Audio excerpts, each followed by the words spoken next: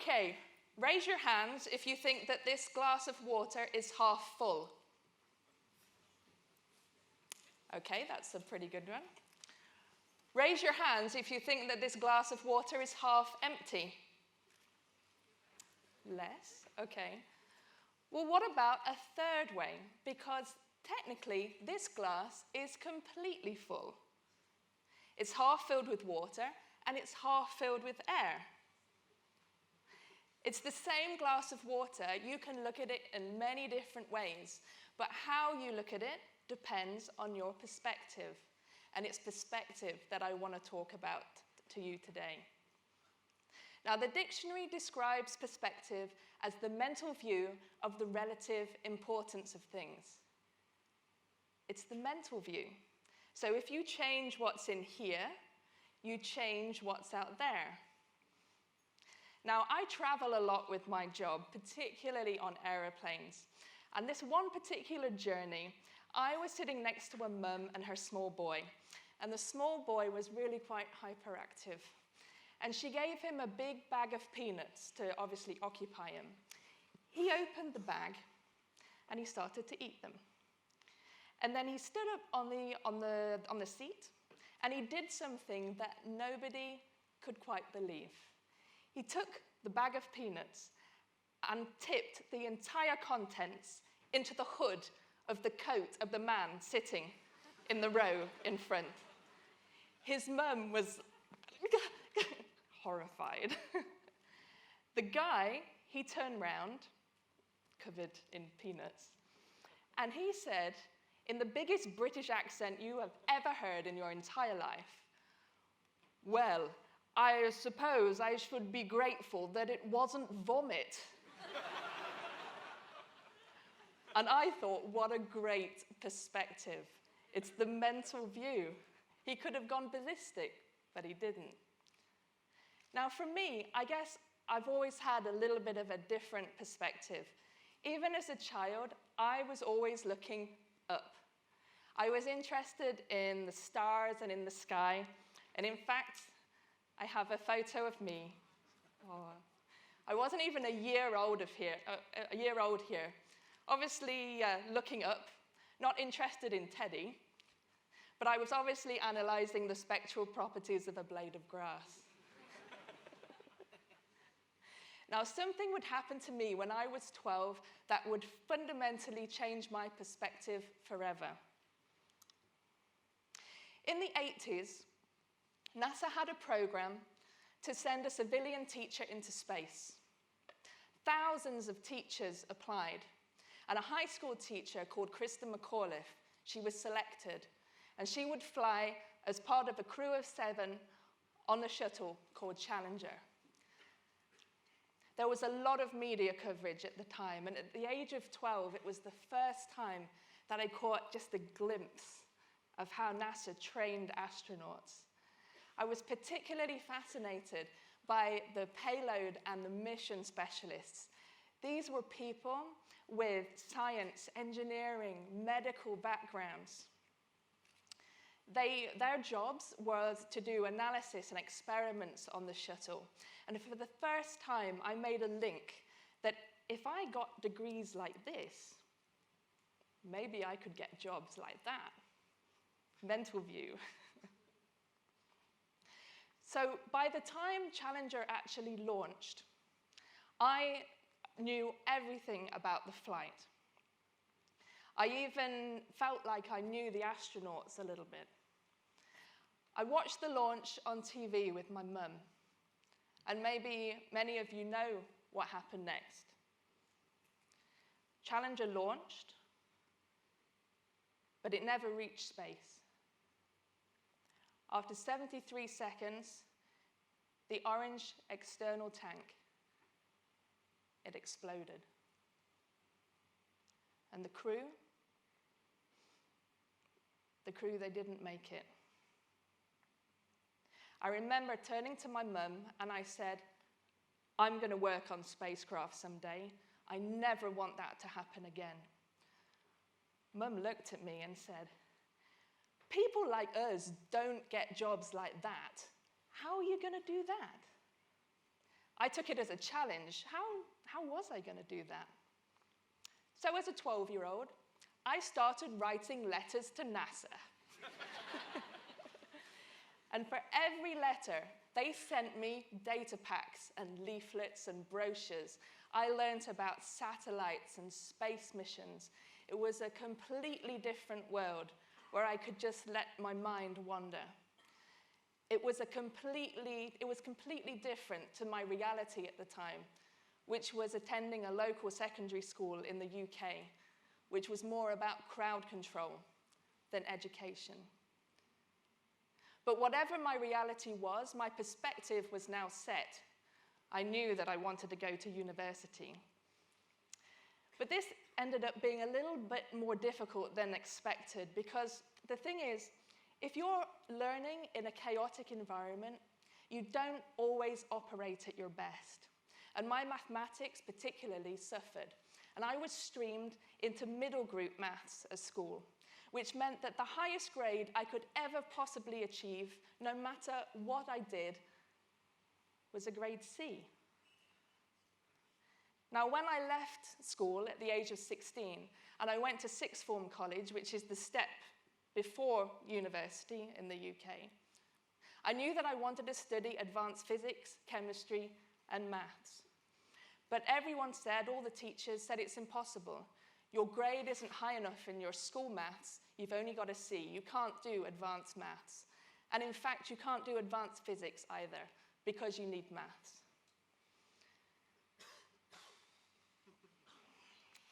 Well, I didn't take no for an answer. All the local colleges said no. But I found a physics teacher at a sixth form college way over on the other side of town who accepted me onto his advanced physics course if I agreed to take extra maths at lunchtimes. So that's what I did.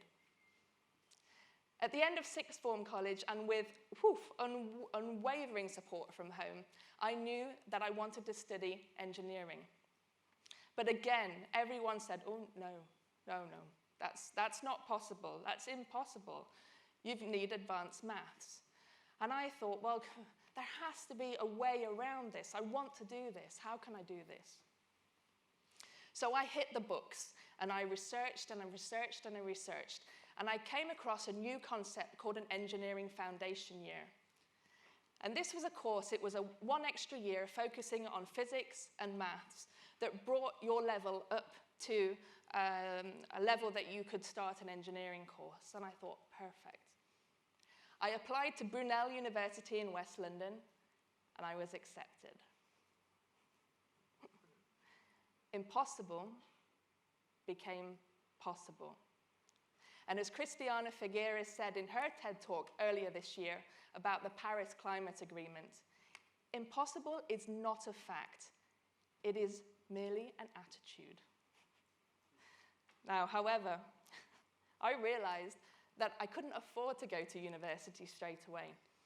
So in the words of my mum, okay, how am I going to do this?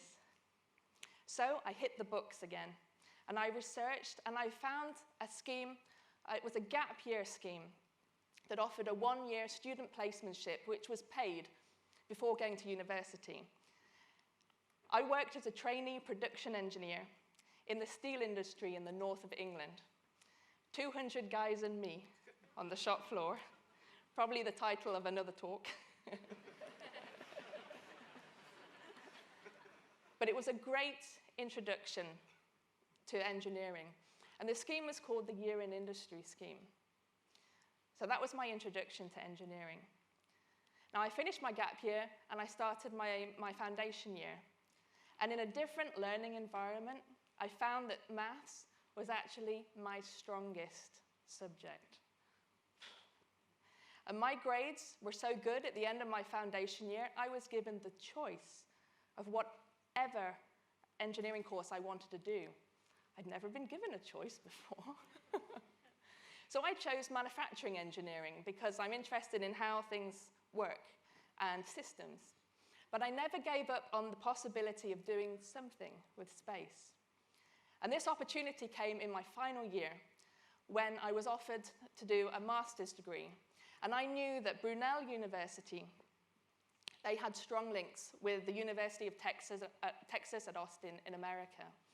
And I knew that they had a strong aerospace program. So I applied, and I was accepted. But guess what? I couldn't afford it. So I did what I knew. I hit the books, not the bottle, the books. And I went and looked for every bursary and every scholarship that I was possibly eligible for. I sent off 80 different applications, and I received 5. But these 5 covered the costs of my course, so I could go. So I went to Texas, and I wanted to study space mission design and planning. I took classes in orbital mechanics, propulsion. My master's thesis was a mission plan for a manned asteroid rendezvous and landing scenario. Woo-hoo. I loved it. I remember actually walking into my first space mission design class. I walked in, I looked around, no, and I immediately walked straight back out again. I saw the lecturer coming towards me, and I said, "Sorry, Dr. Fowler, is this the right room?" And he looked at me and he said, "Yeah, Amanda, it's the right room. What's the problem?" I said, "Well, it's full of women." And he looked at me and he started to laugh, and he goes, "They won't hurt you, Amanda." And I realized that from my perspective, I'd only ever been the only female, or maybe one of 2 or 3.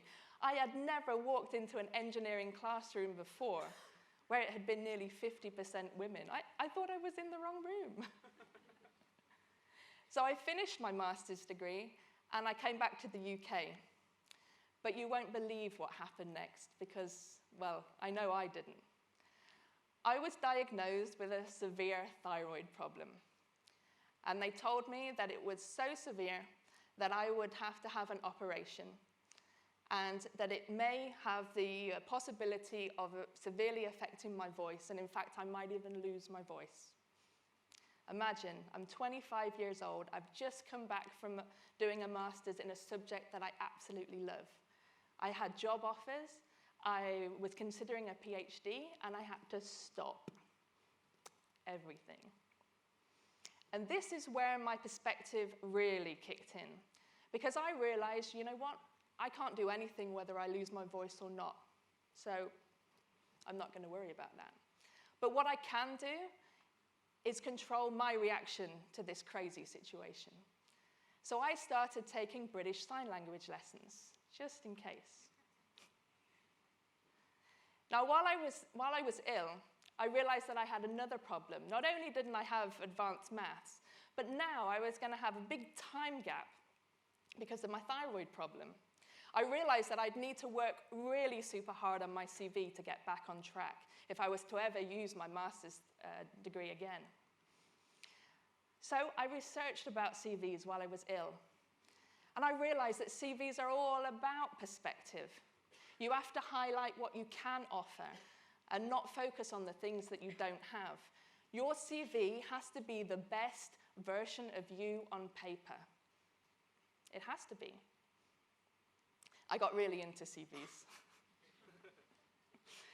And it was funny because people started asking me for help with their CVs because they were struggling. One woman came up to me and she's like, "Amanda, you've got to understand, I would rather wrestle a pack of wild African prairie dogs than update my CV. You've got to help me." And I'm like, "Yeah, okay, I'm going to have to look up what a wild pack of prairie, what did you say? African prairie dogs? I don't know what that is, but I'll help you." So now I give seminars and I teach other people how to put the best version of them down on paper. But I digress. After it was over a year, my thyroid levels were stabilizing and I was starting to feel better. My voice was slowly recovering, but I needed to work. So I got a job in a small spacecraft systems consultancy company in the UK. And I stayed there for a few years. And then I saw a job opportunity at the European Space Agency, and I jumped at the chance. In 2003, I started working in Earth observation future missions. Now, in future missions, we study and develop satellite concepts, some of which are launched into space. You can see some examples here. We look at the Earth from different angles, from different directions. We use different orbits, both close up and far away. We need different perspectives. We need different perspectives. And we need different ways of looking at phenomena to understand exactly what's going on.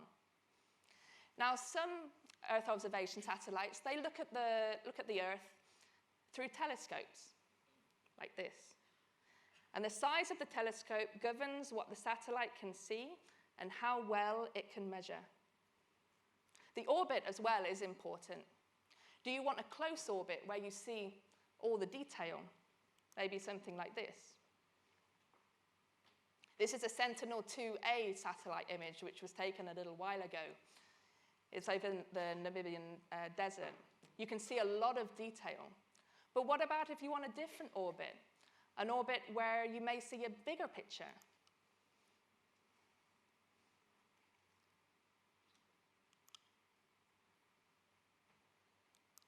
Maybe something like this. You don't see the detail, but my goodness, you do see the big picture.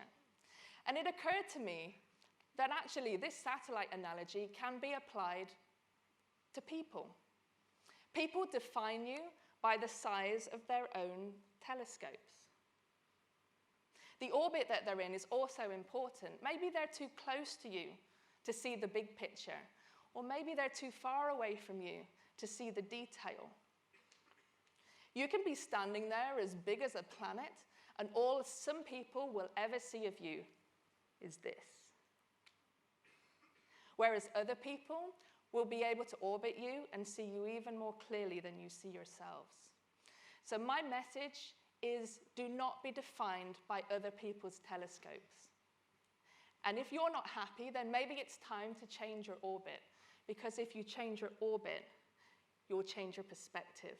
And if you change your perspective, you'll change your world. Now, I want to finish by saying that I started working with NASA a few years ago on a regular basis. And a little while ago, we had a meeting at Kennedy Space Center in Florida, which was exactly where the Challenger had happened all those years before. After a meeting, we went on a tour to see the shuttle Endeavour. This was a sister shuttle to Challenger. My NASA colleagues and their families and me, we stood in front of the shuttle Endeavour and we took a photograph. You can see it here. I emailed this photo to my mum, and I said, I guess people like us do get jobs like this after all. Thank you very much.